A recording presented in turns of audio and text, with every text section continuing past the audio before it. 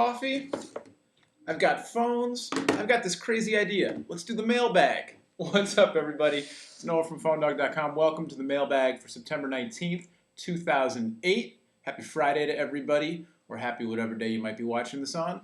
We're going to dip into the mailbag, try to answer some of your questions. And then, you know what? We're also going to add this week, with the mailbag every week, we're going to do a top 5. So at the end, we're going to do my top 5 phones for this week. All right, let's get started. Layla asks, here's the thing. I lost my phone 3 months ago. I tried those Virgin Mobile phones, but they really didn't help me because I text a lot. That was all caps, a lot. You like that? A lot. What phone would you recommend to me if I wanted a good smartphone, but a great camera and overall hardware and software from T-Mobile? So I think Layla wants to know a good phone for texting and just kind of an overall good phone with a great camera from T-Mobile. Layla, I recommend that you wait until Tuesday to check out the HTC Dream, the new Android phone that's going to be unveiled on Tuesday. We've seen a bunch of spy shots. I'm probably wrong, but I'm still kind of hoping that that's not the actual phone, that they've actually got something else up their sleeves that's a little snazzier looking, and this is just kind of a decoy. Either way, I'm kind of excited. $199 on contract. It's Google powered. T-Mobile's going to be rolling out their 3G services in 21 more markets in the U.S. to go with it in October. So it'll be launched next Tuesday, the 23rd. It should be available in October. We will have coverage. I'll be covering the webcast. I think Doug's going to be able to make it to the live event in New York City, so hopefully we'll have hands-on video with the phone on PhoneDog.com just as soon as we can.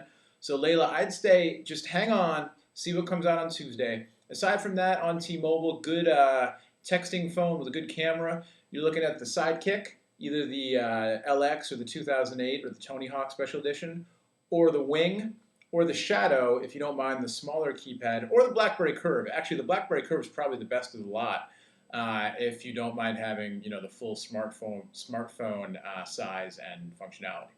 So BlackBerry Curve, or better yet, just hang on in about less than a week, see what the Android phone brings us. All right, what's your name there, Mr. LCB? Something like that. It's an I, MRICB. I don't know. We'll call him Mr. L. Mr. L wants to know, hey, is the Omnia coming to Sprint or a U.S. carrier? And my man BChill says, what do you think of the Omnia, Samsung Omnia, as far as the options go when compared to the HTC Touch?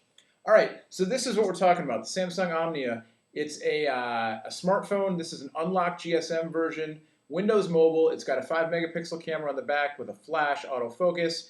It runs Windows Mobile. It's got a little optical mouse thing at the bottom and a touchscreen. There's a full video you can check out if you want to see more on the Omnia on our PhoneDog channel. But basically, here's what I can tell you. It looks like the Omnia will be coming to the U.S. on AT&T, and it will be called the Mirage. The Mirage i907 looks like it's headed to AT&T sometime in October of this year. As far as the comparison goes with one of the HTC phones, I would say personally, I've got the HTC Touch Diamond for Sprint right here, and you can see there's a video, an unboxing of this one. I'm working on a full review. You can also see videos of the HTC Touch Pro in action from CTIA, and then the HTC Touch HD was just announced. It's not shipping yet. It won't be shipping in America for a while now, but we're going to see if we can get one anyway. I would say the HTC phones have an edge on the Omnia. The Touch Flow 3D is great. The Touch Pro has a slide-out keyboard, which is great. These are, obviously they're smaller than the Omnia. The touch screens are smaller, but if you don't mind that, I'm a fan of the HTCs, I got to say. I love Samsung phones in general, but I was looking for a little more from the TouchWiz interface. Hopefully by the time it gets to the U.S. carriers, the Mirage and AT&T, and it looks like we might see the T919 on T-Mobile. Hopefully they'll do a little more with that. So that's where I'm at with those. Thanks for the messages. All right, let's move on. James wants to know, hey, you seem to know a lot about phone quality and user friendliness. I was wondering which phone I should get. It's down to either the NV2 or the BlackBerry Curve. I'm wondering which one is better for sound quality and texting quality and overall performance. I'm not really interested in web browsing or music. Well, I would say for For sound quality, texting quality, and overall performance, honestly, they're both solid phones. It depends on what carrier you get them on. The NV2 is only on Verizon. The Curve is on a bunch of different carriers. If you're looking at them both on Verizon, I've tested them both. I had great results with both. You know, for texting quality and overall performance, really, you just have to try them out and see. If you're not going to do a lot of email, if you're mostly going to do texting, I might go with the NV2 because I think you can get away with a messaging plan and not have to pay for a full data plan. Data plan gets you web browsing also, and you need a data plan for the Curve. I don't think you need a data plan for NV2, just a messaging phone. So you might want to go, messaging plan. You might want to go with NV2 on that one. Otherwise, try them out. They're different form factors. See which keyboard you like. I like them both. I would personally get the Curve because it has a headphone jack. I listen to music a lot. But James, you said you don't. So there you go. All right. Hunka. We'll call you Hunka. Your full name's longer. I don't like to say people's full names because I don't want you to get spammed or harassed or whatever. And, you know, I'm not asking for consent to read these on air, that kind of thing. So we'll call you Hunka. I heard from one of my friends that works for Verizon that they will have the Touch Diamond soon. Do you have any idea when? Yeah, I was just actually talking about this with one of the guys from Mobile Crunch.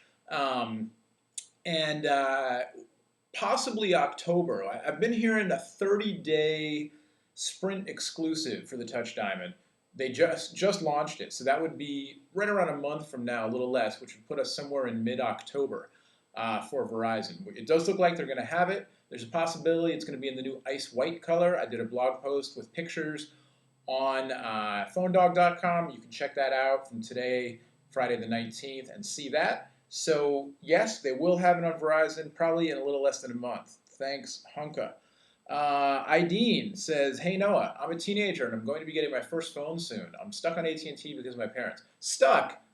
Aieden, I have a feeling your parents pay your phone bill, all right? So, you know, be nice. But I know what you're saying. Anyway, I was wondering if you had any suggestions for a decent phone that isn't too expensive.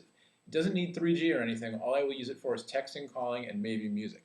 Yeah, absolutely. Check out the Sony Ericsson W580i. Let's get on to it. Let's do our top 5 phones for right now, Friday, September 19th, 2008. Bear in mind, CTIA was last week, so this is post-CTIA, but pre the big Google Android launch.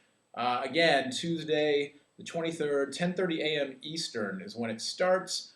I'll be covering it I'll be watching the webcast and covering it from here in California. Hopefully Doug will be in Manhattan at the launch event and bringing us some, you know, live video and stuff when it's over. So the Android phone may well play into the next top 5 I do. But for now, number 5. Number 5 is actually a tie. I know it's kind of lame, but it's a tie between the LG Dare for Verizon and the LG Lotus for Sprint, which was just announced at CTIA. The Dare is my favorite Verizon phone right now. Even though, you know, the Voyager kind of does more and it has the full QWERTY and all that, I love how the form factor of Dare, it's nice and compact. It's got a real headphone jack, so you can plug your normal headphones into it. It's got the 3-megapixel camera with the flash and autofocus.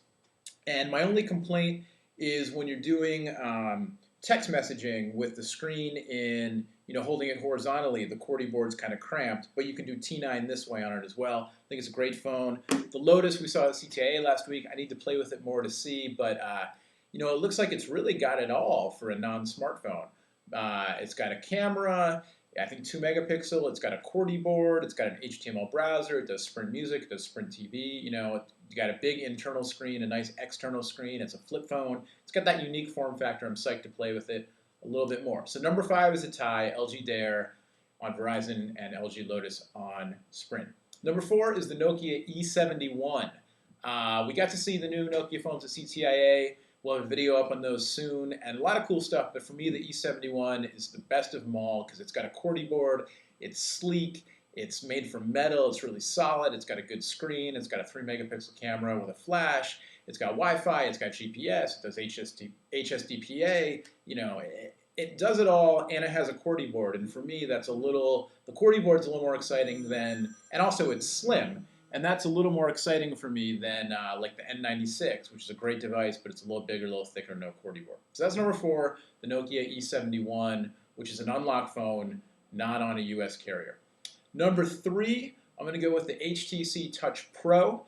There's a video we did at CTA. You can see it. It's basically the Touch Diamond, but with a slide-down QWERTY board.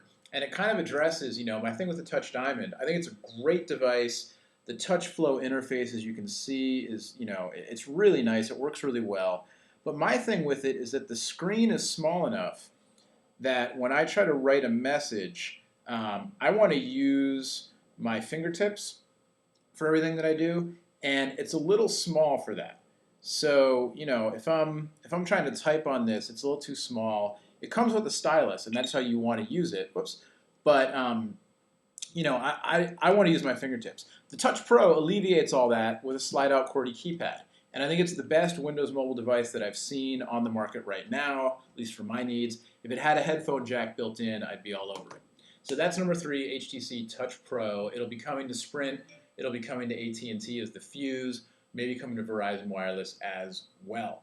Number 2 right now is the BlackBerry Bold, the BlackBerry 9000. This one is not actually, well, it's not out in the US anyway, hopefully soon, although I'm hearing about delays because AT&T is having network problems. The Bold is it's pretty sweet. It's slimmer and sleeker than the Curve. It's got a beautiful, beautiful screen. You have to see it in person, but it's gorgeous. It's got a camera with a flash. It's got Wi-Fi. It's got 3G. It's got a headphone jack. It's got an improved web browser, an improved user interface, a little snazzier looking. Really solid phone. I've never owned a BlackBerry, but the Bold could be the one to push me over the top. We'll see. My number 1 phone is still the good old Apple iPhone.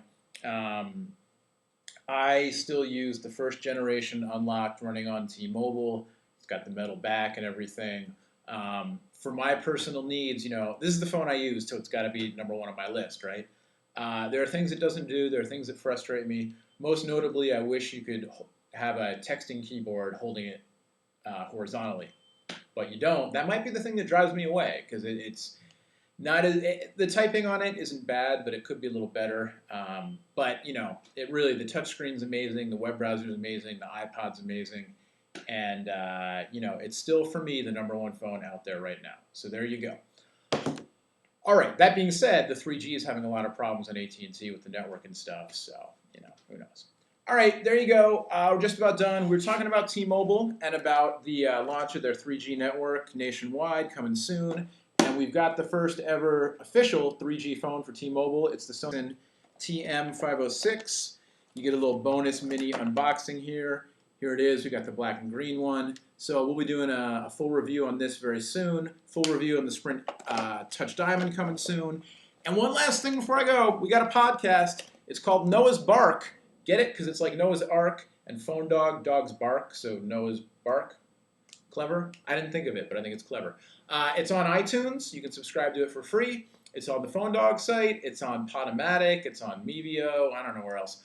But we've done 2 episodes so far. I'm lining up some guests for some future shows, so check it out. As always, let us know what you think. infodog@phonedog.com. And we're still giving away phones on the website, so check that out too, www.phonedog.com. All right, till next time, thanks for all the questions. Keep them coming. I'll answer all that I can, either on the mailbag or just directly to you. And we appreciate you watching and reading. That keeps us in business. So there you go. I'm Noah from phonedog.com. We'll see you later. Have a great week.